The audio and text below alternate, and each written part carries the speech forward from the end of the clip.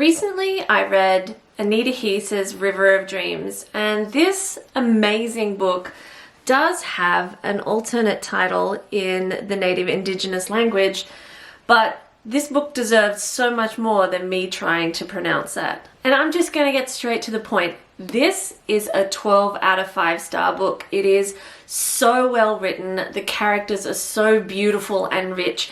And I was on the edge of my seat from the very beginning. Anita Heiss has created such a beautiful story based in the history of white settlers coming into Australia and woven in Indigenous culture and language in such a spectacular way that it draws you in and makes you genuinely very attached to these characters. But what is it about? This book opens up in rural New South Wales in Gundagai in 1852. At the time, white settlers are building a township that will become Gundagai along the Murrumbidgee River. And to do this, they are displacing the local Indigenous community and often taking them into servitude. From the very beginning of this book, from the very first page, it is extremely clear that there is a very important relationship and a sense of belonging that comes from the First Nations people and their relationship with each other and the land. Their deep family roots and understanding of the land and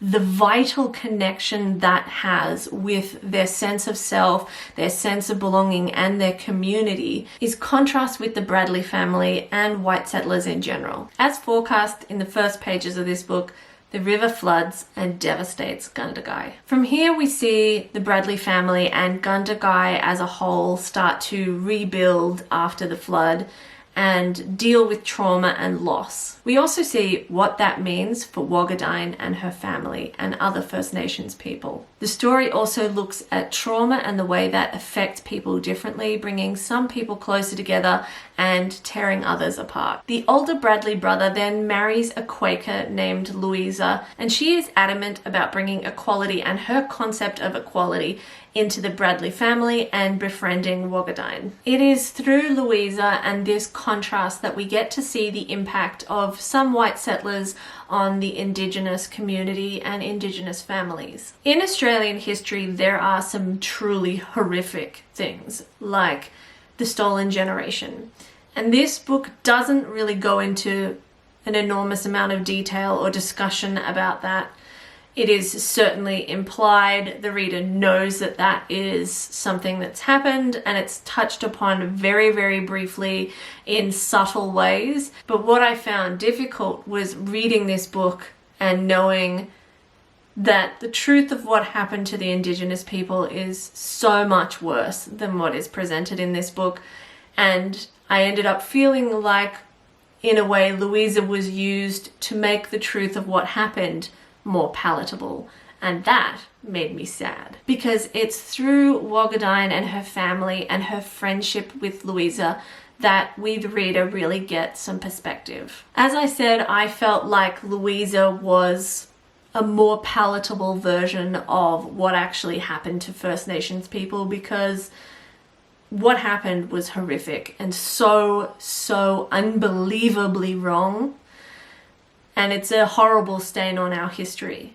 But I do think Louisa is used as a tool to get the message across in a way that doesn't turn the reader off just from the graphic, horrendous nature of what would potentially be your alternative. And the effect of that is quite powerful because you see exactly what is happening and you see the messages of sexism and racism and inequality and lack of communication and lack of empathy and lack of understanding, and you see it evolve over time through their relationship and you see it evolve through the book, and you can't not see it. You can't not see that Louisa is trying to push her version of equality onto Wogadine and her family when Louisa doesn't even have equality within her own home or society, and she's given no thought to the idea that what Wogadine might want for herself and what equality might mean to the culture which she is from, which she has been raised in, might mean something entirely different.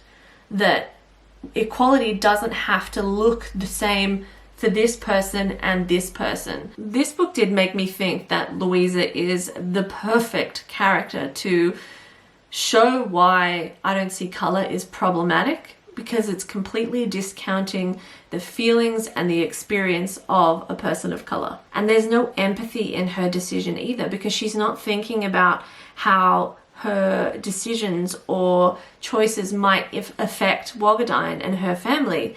And even when Wagadine expresses her wishes, she doesn't take that into account and thinks that she must be ignorant because she's poorly educated and doesn't know any better. And she's just such a powerful character, and also a really frustrating one. Louisa is completely clueless that by trying to force her version of society and equality and opportunity onto Wagadine, that what she's actually doing is forcing her into servitude, and she's just not calling her a slave because she's uncomfortable with the term. But that's really the only difference. And what she's actually done is ripped Wagadine away from her family and away from her sense of belonging. And it's beautifully written because you can really see how that sense of belonging and the connection to family and the land is so vital to the very heartbeat of Wagadine. And it's just impossible not to see the contrast between the two characters and between the cultures, and read in awe about these beautiful characters that have been constructed so well as part of this kind of like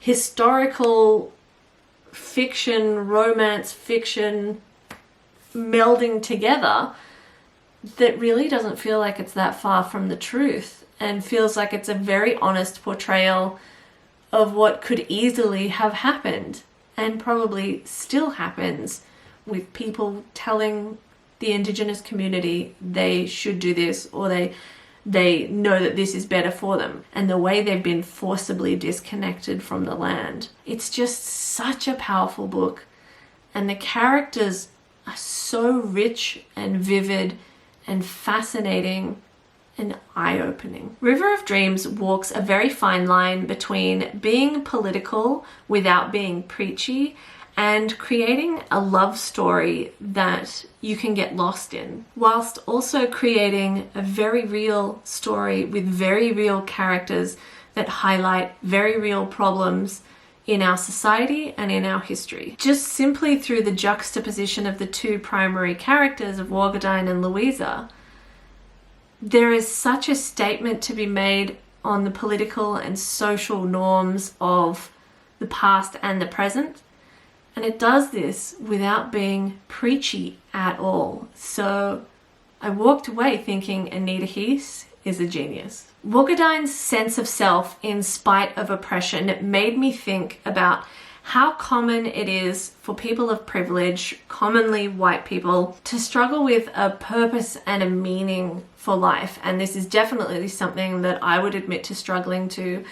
And Wagadine's sense of purpose and belonging just kind of makes you realize how important that connection to land and family is, and how disconnected we've become from that. It made me think that to be in nature, not to conquer it or control it, is where purpose lies. And modern living has kind of disconnected us from that and from our purpose and the meaning of life. I genuinely think that Anita Heiss's River of Dreams should be required reading for all Australians, and most definitely be part of our schooling education.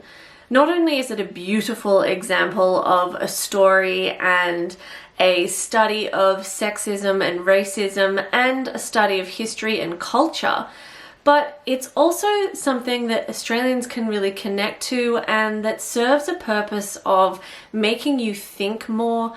And anything like this, that is this well done, can only have a positive outcome in terms of understanding. I think if they're going to continue to teach the classics like Pride and Prejudice, then a book like River of Dreams is really important to put alongside that, so that you can see the story of sexism from multiple perspectives and multiple countries and periods of time, but also so you can see the difference in privilege and what equality is and how much culture can impact those things. I predominantly listen to this as an audiobook, and I am so glad that I did, because there is Aboriginal language in this book in little bits and pieces, and it's woven in beautifully. Listening to it being pronounced is just so lyrical and beautiful, and I really enjoyed that aspect of the audiobook. And there are pronunciations of words, even like Waggadine, which I just would have guessed would have been different based on the way they're written versus the way they're spoken. And so listening to this audiobook, I think, made the story even more rich. So I would really recommend the audiobook. I just recommend this book. That's the truth of it. This book is amazing, and I think it's good for everyone. There's something in it for everyone. It is a fascinating, brilliantly written, character-based story that everyone will love or benefit from in some way. This is fantastic. I hope you've enjoyed this review of Anita Heiss's River of Dreams. If you have, please like this video and subscribe to my channel.